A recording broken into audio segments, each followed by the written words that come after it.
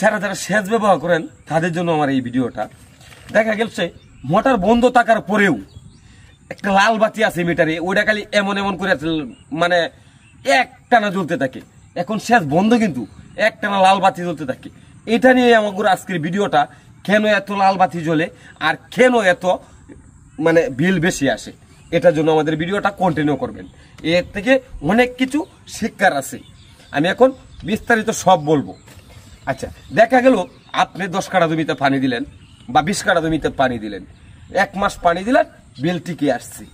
আগের মাসে দেখা গেল 1000 টাকা বিল আসছে, এই মাসে দেখা গেল পরিমাণের তুলনায় 5000 টাকা বিল আয়া পড়ছে। যখন 5000 টাকা বিল আয়া পড়ছে তখন কিন্তু আমার মাথাটা গরম হয়ে গেছে। ভাই, মাথাটা কিন্তু গরম করা যাবে না। দেখবেন যে 5000 টাকা বিল আইছে আর গত মাসে হয়েছে মাত্র 1000 টাকা। এটার কারণ একটাই, ওই যে মিটারে একটা লাল বাতি আছে, ওই যে আপনি কাটাও অফ করে লাইলেন, সেচ বন্ধ, তারপরেও জ্বলতেছে, একটানা জ্বলতেছে, একটানা জ্বলছে। এইটার বড় সমস্যাটা আজকে সমাধান দিব। এই যে বিদ্যুৎ যে বিলটা আছে, বিলটা প্লাস এই যে বিদ্যুতের ওয়ারিং, এই বিষয়ে আমি এখন বলবো, শুনেন।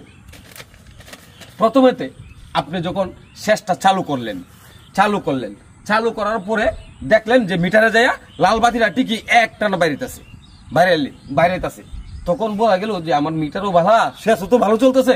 তখন করণীয় একটাই, এই যে একটা কাটাউট আছে, এই কাটাউটটা খুলবেন, খুললে মাটিতে রাইকা দিবেন। রাইকা দেয়া দেখা গেল যে কুড়িটা আমার মোটর থেকে 130 ফুট দূরত্ব আছে। যখন 130 ফুট দূরত্ব যাবেন, গিয়ে মিটারটা চেক দিবেন যে আমার মিটারটা কি আদৌ যখন মোটর সারি তখন খালি পাল পারে, এখন পাল পারে কিনা, এটা আমি চেক করব।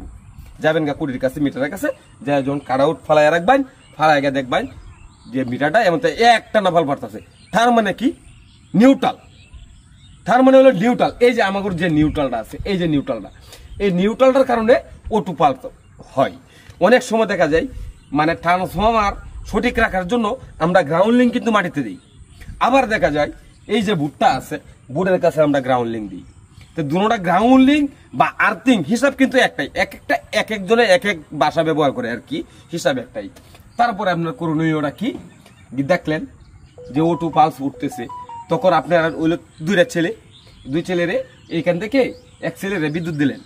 বেশালে তো বিদ্যুৎ ব্যবহার করতে হয় ঠিকই, পরের মাসে আবার লাইনটা কাইটে দিলেন কোনটা, পেস্টটা কাটলেন, কিন্তু নিউট্রালটা কিন্তু কাটেন নাই।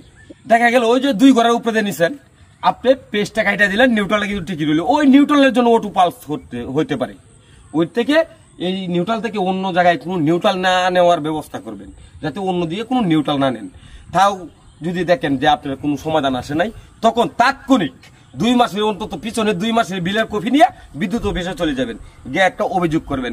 অভিযোগ করলে আমাদের যে বিদ্যুৎ অফিসের কর্মকর্তা আছে, ওনার কাছে একটা অভিযোগ যখন দিবেন, ওনারা সরজমিনে তদন্ত করতে আসবে।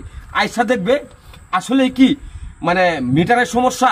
অনেক সময় আছে কিন্তু মিটার নষ্ট হয়ে যায়, মিটার ডাইরেক্ট হয়ে যায়, এই জন্য অটো পালসে বিল উঠে। আর অনেক সময় দেখা যায় নিউট্রালের জন্য অটো পালসে বিল উঠে।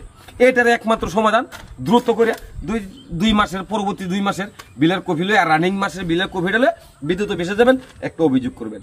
আর আইসা সরজমিনে তদন্ত করবে, তদন্ত করিয়া দেখা আপনি যেটা ভালো হবে এটা করবে। আর একটা বড় কথা মনে রাখবেন, মাথা গরম করবেন না, মাথায় গরম করে বিদ্যুৎ অফিসের লোকজনের মুখ করবেন না, গালাগালিজ পারবেন না। দেখেন আমি আবার মোটরটা চালু করতেছি, দেখেন সকলেই দেখতে থাকুন। এই যে এখন কিন্তু মোটরে পানি দিতে, এই যে পানি আসছে।